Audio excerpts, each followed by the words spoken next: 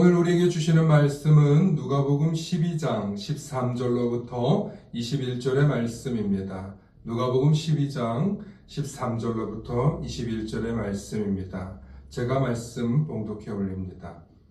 무리 중에 한 사람이 이르되 선생님 내 형을 명하여 유산을 나와 나누게 하소서 하니 이르시되 이 사람아 누가 나를 너희의 재판장이나 물건 나누는 자로 세웠느냐 하시고 그들에게 이르시되 삶과 모든 탐심을 물리치라 사람의 생명이 그 소유에 넉넉한 데 있지 아니하니라 하시고 또 비유로 그들에게 말하여 이르시되 한 부자가 그 밭에 소출이 풍성하매 심중에 생각하여 이르되 내가 곡식 쌓아둘 곳이 없으니 어찌할까 하고 또 이르되 내가 이렇게 하리라 내 곡간을 헐고 더 크게 짓고 내 모든 곡식과 물건을 거기에 쌓아두리라. 또 내가 내 영혼에게 이르되 영혼아 여러 해 쓸 물건을 많이 쌓아두었으니 평안히 쉬고 먹고 마시고 즐거워하자 하리라 하되 하나님은 이르시되 어리석은 자여 오늘 밤에 내 영혼을 도로 찾으리니 그러면 내 준비한 것이 누구의 것이 되겠느냐 하셨으니 자기를 위하여 재물을 쌓아두고 하나님께 대하여 부여하지 못한 자가 이와 같으니라. 아멘. 오늘 말씀의 제목을 함께 따라해 주시기 바랍니다. 하나님께 대하여 부여한 자가 되자. 하나님께 대하여 부여한 자가 되자. 요즘은 세상의 사람들이 눈에 보이는 것을 최우선으로 여기며 살아가고 있는 시대입니다. 눈부시게 좋고 아름답고 멋진 것들이 쏟아지고 있는 이 시대에 많은 사람들은 눈에 보이는 것을 최우선으로 여깁니다. 그리고 무엇보다도 더 멋진 것, 더 화려한 것, 더 탁월한 것, 더 아름다운 것을 흠모하고 그리고 열광하고 있습니다. 예를 들어 10년 전에 산 멋진 고급 자동차를 가지고 있으면 꽤 감사하고 기쁘고 좋아했을 것입니다. 그런데 새로 나온 차, 새로운 신상 이런 것들 때문에 더 이상 만족하지 못하고 살아가곤 합니다. 혹은 우리가 들고 다니는 최신형 휴대폰들도 사실은 1년이 지나면 어느새 구형이 되고 또 새롭게 나온 것을 구매하라고 광고나 또 많은 사람들의 현수막을 통해서나 이런 전단지를 통해서 우리는 보고 그것을 소비하게 됩니다. 어쩌면 지금 시대는 소비의 시대인 것 같습니다.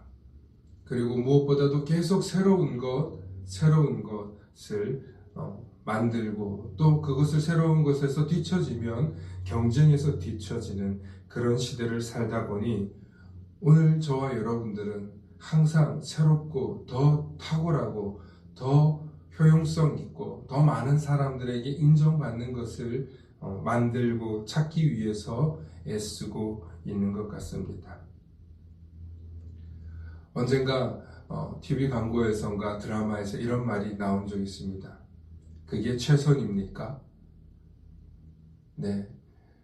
이제는 어느 일을 하든지 간에 무슨 일을 하든지 간에 최선을 다해야 하고 그리고 그곳에서 최고가 되어야 한다는 것을 은연중에 우리 사회는 지향하고 있습니다. 특히 대한민국은 그런 최고 경쟁에 굉장히 민감한 민족이고 또 그 우수성이 탁월해서 전 세계를 압도하는 반도체 기술과 또 많은 신기술들을 가지고 있는 것으로 알고 있습니다. 우리 민족의 탁월한 민족성도 있겠고 또 능력도 있겠지만 너무 새로운 것 그리고 최신상 1등 선진 경영 인류 도약 이런 것들을 쫓아가다 보니 우리가 가끔은 놓치고 있는 게 있지 않나 하는 것을 생각해 봅니다. 오늘 저와 여러분들이 살아가고 있는 이 시대는 너무나 물질 문명으로 많은 사람들이 쫓겨가고 있고 또 쫓아가고 있고 때로는 떠밀려 가고 있다는 생각을 해봅니다. 그런 삶을 살다 보면 우리 자신이 무엇을 가꾸고 무엇을 놓치지 말아야 하는지 우리 인간이 가지고 있어야 할 핵심 가치가 무엇인지 잊어버리게 된다는 것입니다. 때로는 심지어 최신상 혹은 최고급 제품을 사용하기 위해서 기존에 충분히 쓸만한 것이 있음에도 불구하고 우리는 과소비를 하거나 때로는 낭비를 하게 되는 경우가 있는 것처럼 우리가 너무 한 곳에 집착한 나머지 자신이 지금 무슨 말을 하는지도 모르고 살아가고 있는 시대가 아닌가 싶습니다. 오늘 그런 사람이 성경 말씀에 등장합니다. 예수님의 사역과는 완전히 동떨어진 예수님께 요청을 했다가 호되게 혼이 나는 한 사람이 있습니다. 그는 아무래도 형이 있었나 봅니다. 그런데 그 형이 유산을 다 가지고 가게 되었나 봅니다. 그래서 억울해서인지 예수님은 정의롭고 공정하신 분이니 나의 억울함을 들어줄 거야 하는 마음으로 예수님께 요청했을지 모릅니다. 선생님, 내 형을 명하여 유산을 나와 나누게 하소서 하니 예수님께서 그래, 네가 많이 억울하구나. 그래, 네 형이 너의 것을 빼앗아갔구나. 이렇게 위로해 주시는 것이 아니라 오히려 예수님께서 누가 나를 너희의 재판장이나 물건 나누는 자로 세웠느냐 하시고 따끔하게 혼을 내신 다음에 이후에 삶과 모든 탐심을 물리치라. 사람의 생명이 그 소유에 넉넉한 데 있지 아니하니라 하고 따끔한 말씀을 하십니다. 누가 나를 너희의 재판장으로 세웠느냐? 누가 나를 너희의 물건 나누는 자로 세웠느냐? 하고 예수님께서 말씀하신 것입니다. 때로는 너무 심취한 나머지 자신이 지금 욕심을 부리고 있는지, 과욕을 부리고 있는지, 탐욕에 빠져 있는지, 때로는 나의 탐심을 포기하지 못하고 있진 않은지 우리는 잘 분간하지 못할 때가 있습니다. 많은 사람들은 조금에 더 많은 부유를 가지면 행복할 거라고 생각합니다. 부가 나의 행복을 가져다 줄 것이라는 착각을 한다는 것이죠. 부자가 되면 더 행복하고 더 즐거울 거라고 생각합니다. 여러분, 과연 그럴까요? 전혀 아닙니다. 저도 제가 아는 많은 부자들을 보았습니다. 그런데 그들이 편리하게 살고 유복하게 살 수 있을지 몰라도 그러나 늘 행복하지는 않더라는 것입니다.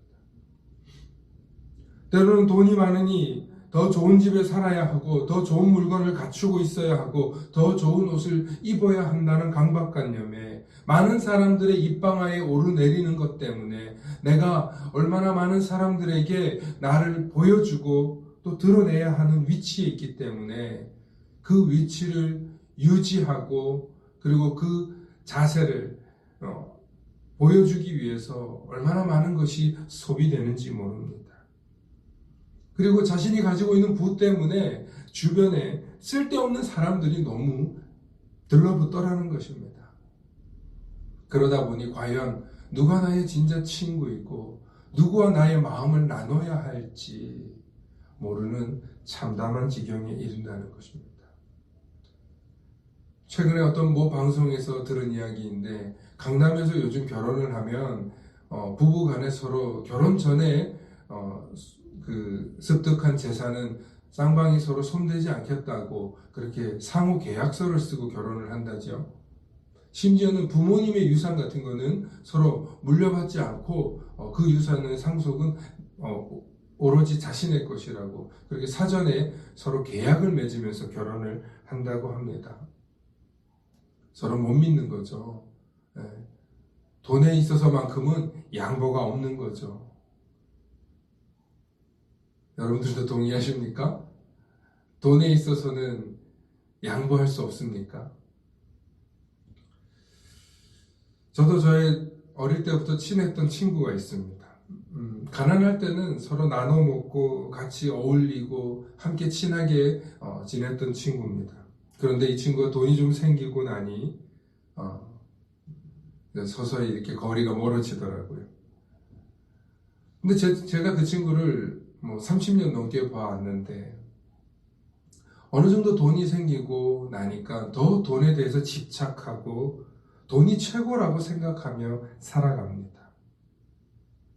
그리고 점점 그 돈을 지키기 위해서 움켜쥐고 그 돈에 대해서 집착하는 모습이 점점 더 강해지더라는 것입니다. 그러면서 점점 친구를 잃는 거죠. 아니, 때로는 돈보다 친구가 어떻게 우선이 될 수 있냐면서 돈이 최고라고 저에게 가르치곤 합니다. 그 친구를 보면서 이 친구가 정말 똑똑한 친구인데 장차 앞을 못 내다보고 있구나. 앞으로 정말 더 큰 사람이 될 수도 있었을 텐데 저 모습 때문에 더 커지지 못하겠구나 하는 안타까운 마음이 들었습니다. 오늘 그 사람의 모습이 바로 오늘 예수님께서 말씀하시는 오늘 그 부자의 비유의 사람입니다. 여러분, 삶에 있어서 제일 중요한 것이 무엇입니까?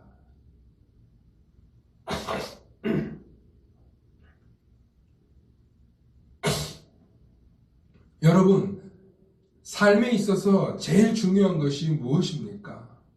여러분, 아무리 억만금을 주어도 나의 생명이 최고입니다. 그리고 그 생명을 지키고 보존하는 것이 우리의 최우선 목표가 되어야 한다는 것입니다.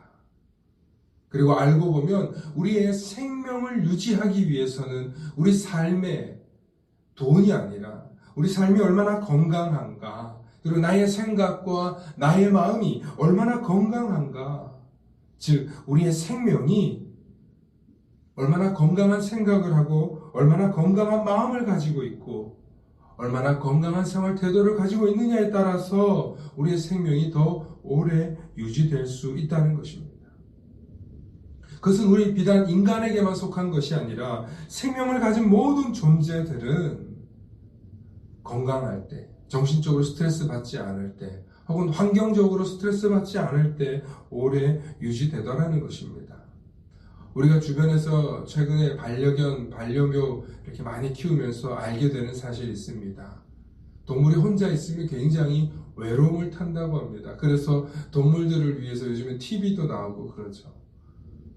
여러분, 짐승이 너무너무 외로우면 외로워서 병에 들고 또 좋지 못한 습관이 생긴다고 합니다. 우리가 언젠가 소를 키우거나 목장에서 젖을 짜는 소에게 좋은 음악을 들려줬더니 그 생산성이 올라가더라는 것입니다. 때로는 곡식에게도 식물에게도 과일에게도 그렇게 음악을 들려주고 좋은 환경을 계속 제공해 주었더니 더 좋고 더 좋은 양질의 생산물을 가져오더라는 것입니다. 그것은 무엇을 이야기합니까? 건강한 환경, 스트레스 받지 않는 환경이 될 때 더 오랜 생명을 유지할 수 있다는 것입니다. 그런데 사람은 주변에 많은 사람들과 어울려야 하고 관계를 맺어야 하지 않습니까? 그래서 관계가 불편하고 관계가 건강하지 않으면 건강한 마음과 건강한 생각을 깃들일 수가 없다는 것입니다. 그래서 오늘 성경은 우리가 우리의 생명을 보존하는 것을 가치 있게 설명하기 위해서 오늘 예수님은 이 말씀을 해주신 것이라고 저는 생각해 봅니다. 따라해 봅시다. 하나님에 대하여 부요한 자가 되자.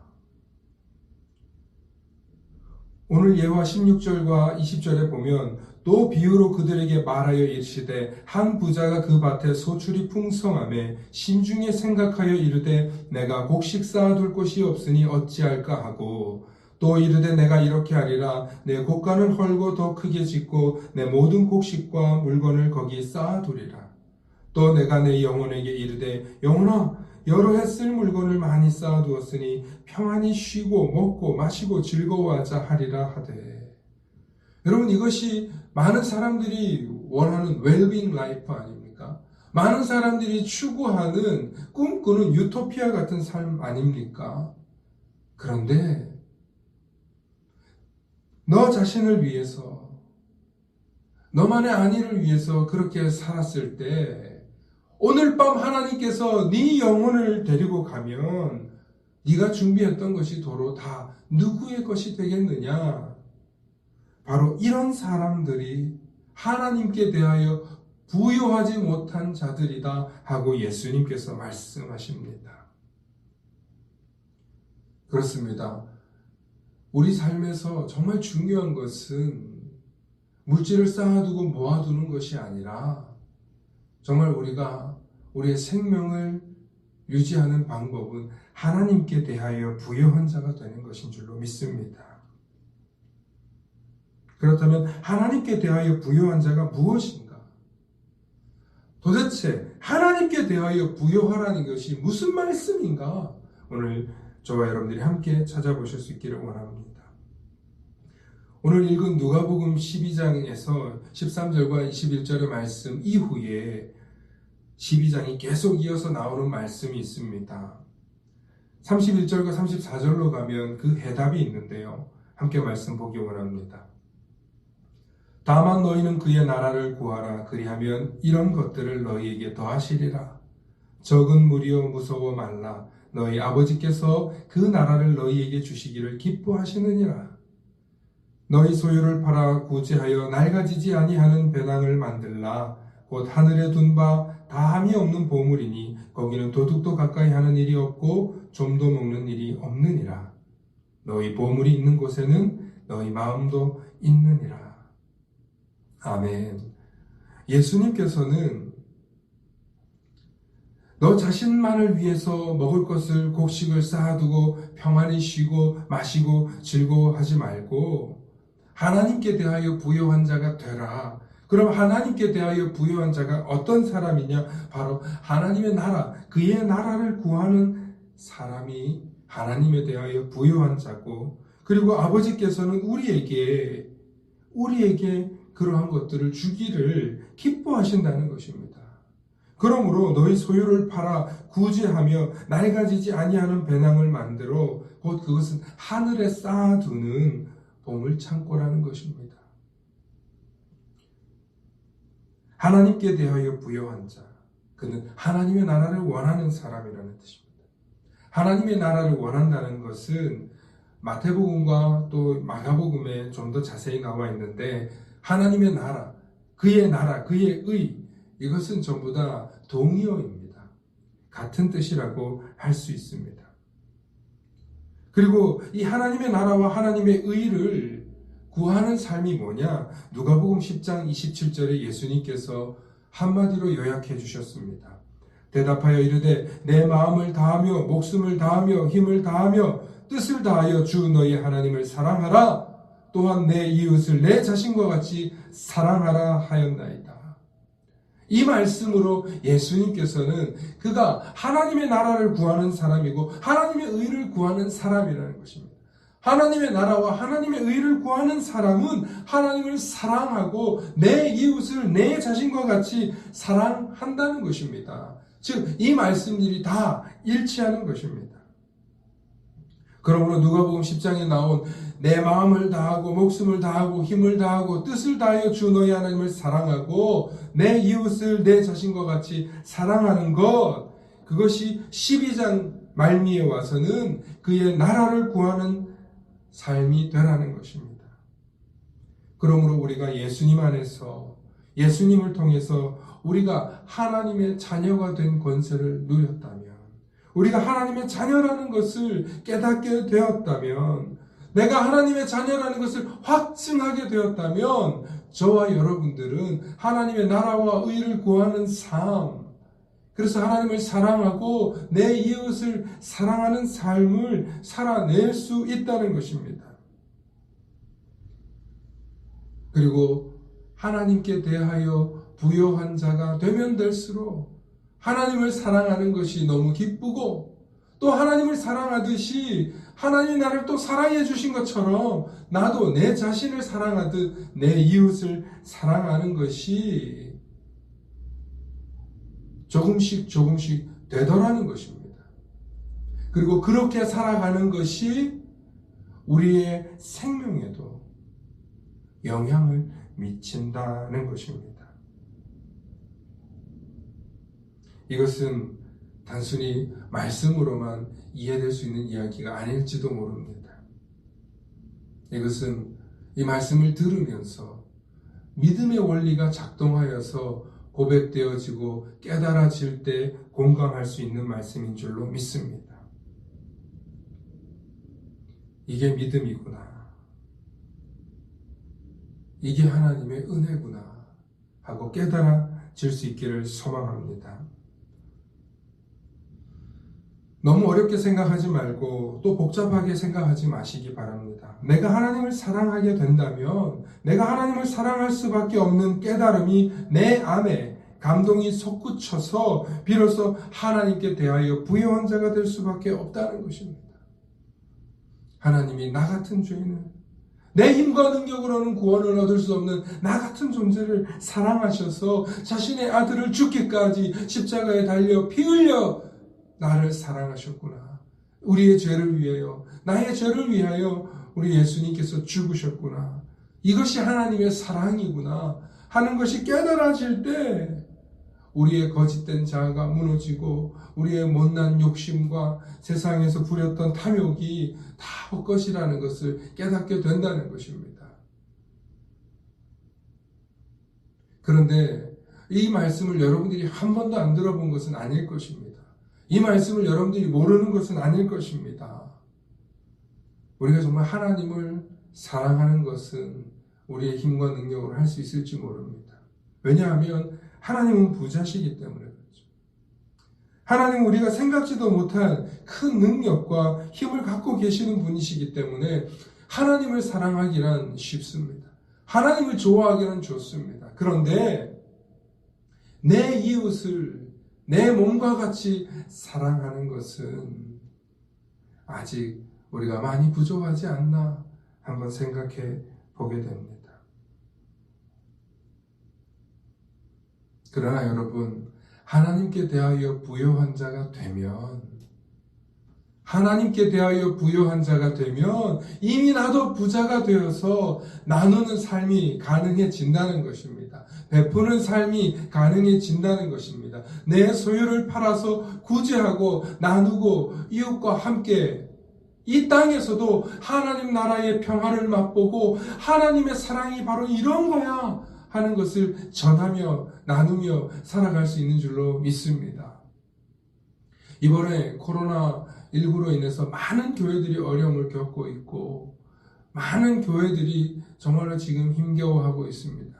그런데 정말 놀라운 것은 보이지 않는 곳에서 때로는 또 드러내놓고 많은 미자립 교회와 작은 교회들을 돕겠다며 연락들이 지금 사방에서 전해지고 있습니다.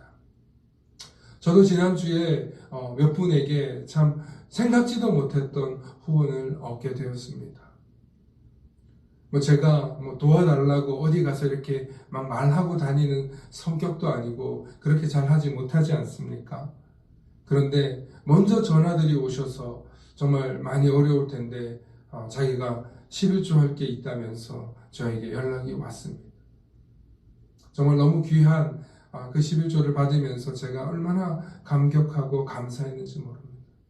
또 어떤 교회를 섬기시는 장로님께서는 내가 어렵게 정말 목회하고 계시는 거 아는데 정말 내가 이름 없이 하고 싶다면서 자신이 생긴 11조를 저에게 또 보내주셨습니다.